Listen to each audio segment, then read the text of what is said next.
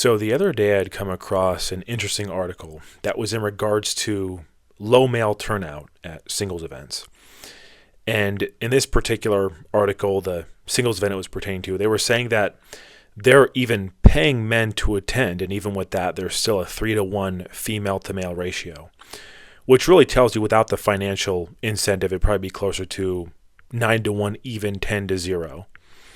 And I've heard a little bit about these singles events. A number of weeks ago, I had driven past one and saw that there was really nothing but women there at the heart of downtown Seattle. And there used to be ladies' nights at some of these restaurants and events and venues and stuff like that. I even talked to someone I knew who used to work security in a nightclub. He was someone who I met from an MMA gym. A big guy. The guy's like 6'6", 260 pounds, heavyweight MMA fighter, by the way. And he told me that there used to be, ladies' nights at these nightclubs and stuff, where the whole idea of it was to balance out the male to female ratio, because at the time there were more men attending than women.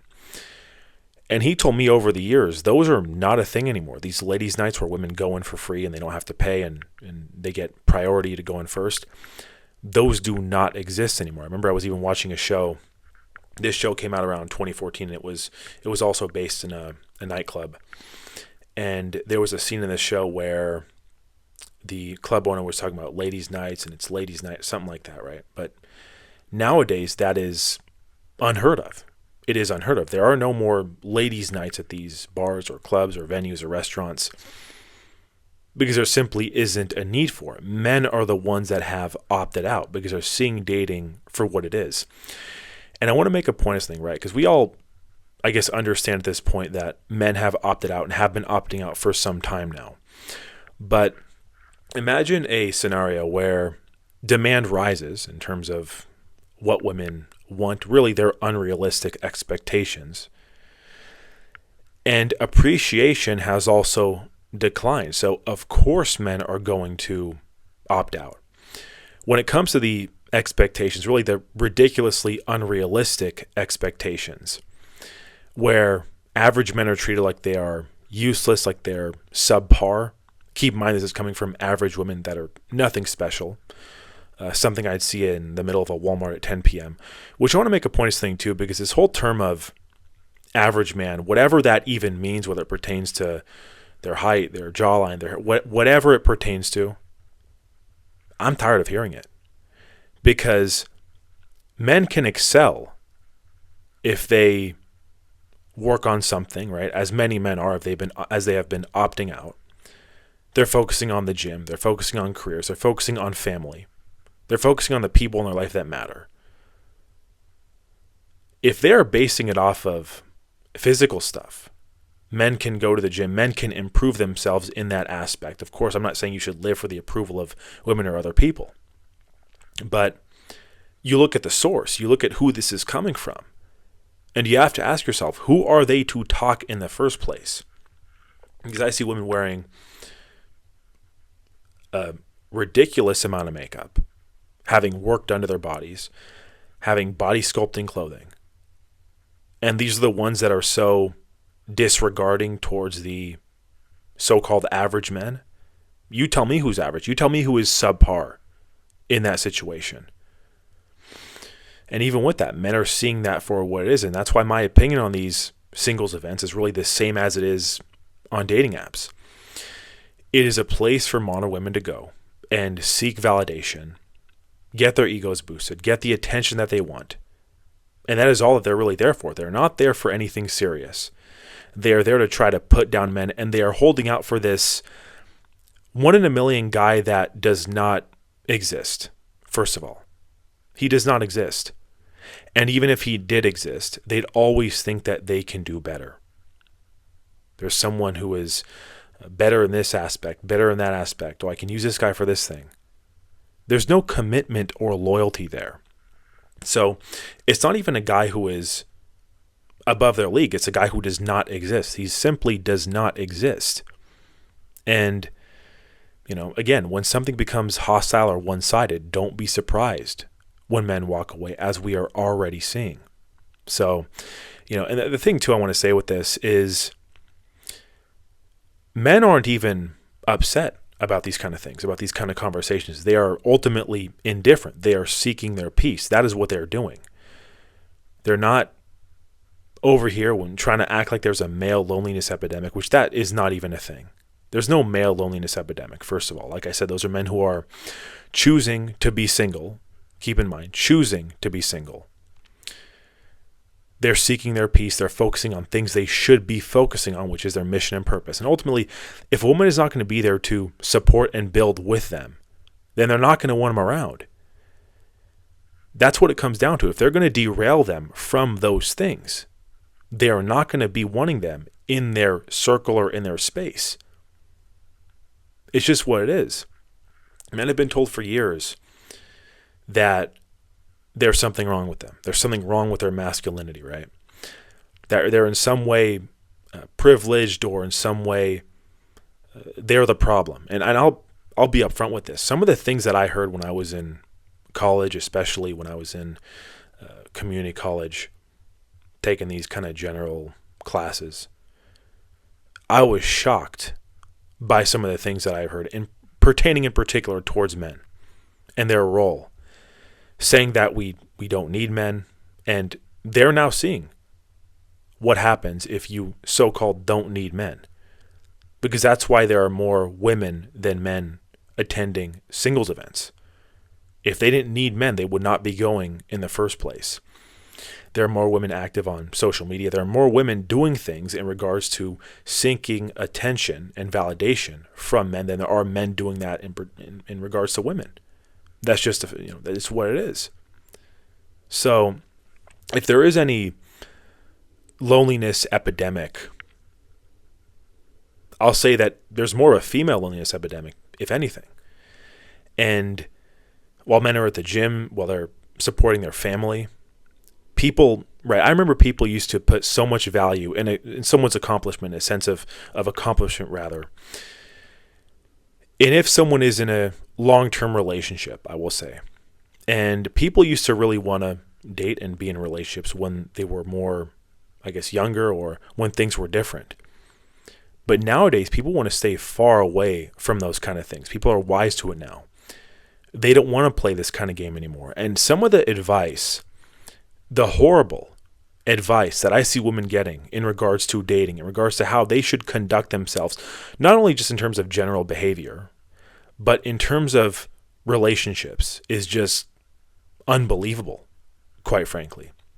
Someone had sent me a clip of a gentleman who was a female dating coach telling women that they should make a man chase by not texting them back and leaving them on red for something like 2 months, and saying that's going to make the man want to chase you and think about you nonstop. So really just manipulating them and not being upfront or honest with your intention. I'm going to tell you something right now. This is the same thing I told the person, woman actually, who had sent me the clip, the reel.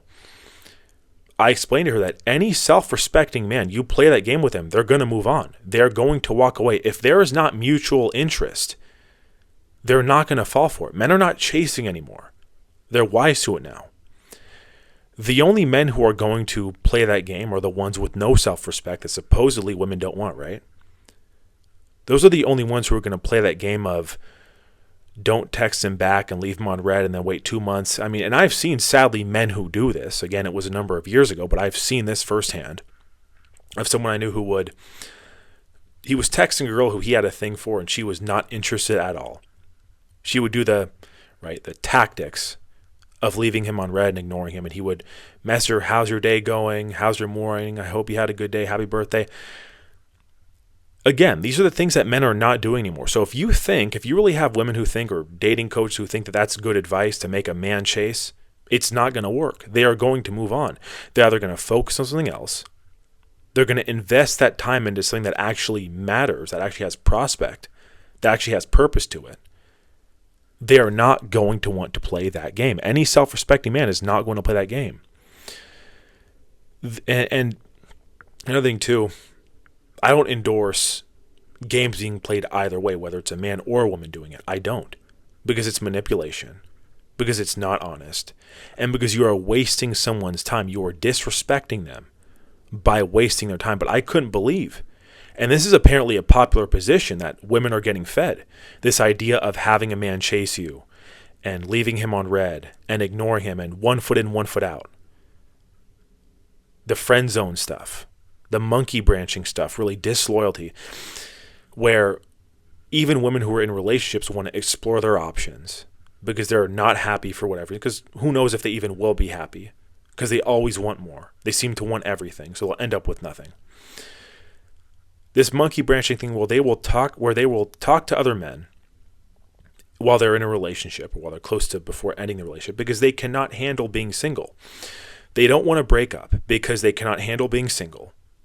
So they want to have someone to monkey branch you. And that's exactly my point with this whole male loneliness epidemic thing. Men are just fine with being single. They don't do that kind of stuff.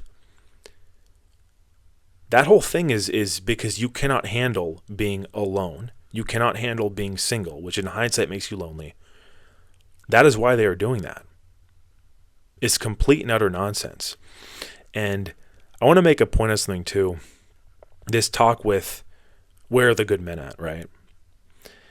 There are plenty of good men out there. Now, are there men that, of course, do things that they shouldn't be doing and I don't get along with? Of course there are. I've talked about my experience with friendships and stuff in the past.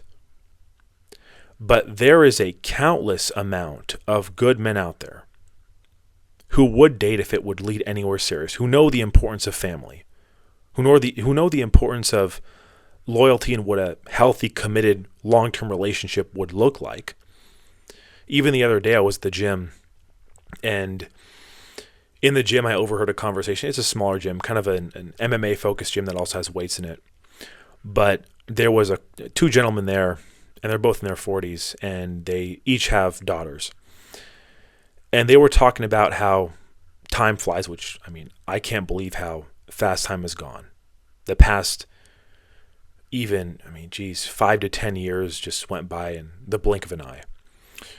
But they were talking about how their daughters are soon to graduate high school and that they're, soon going to be adults, right? And one of the gentlemen had said that he doesn't mind if his daughter stays there well into her adulthood living with him, and made a really good point about something that I want to say.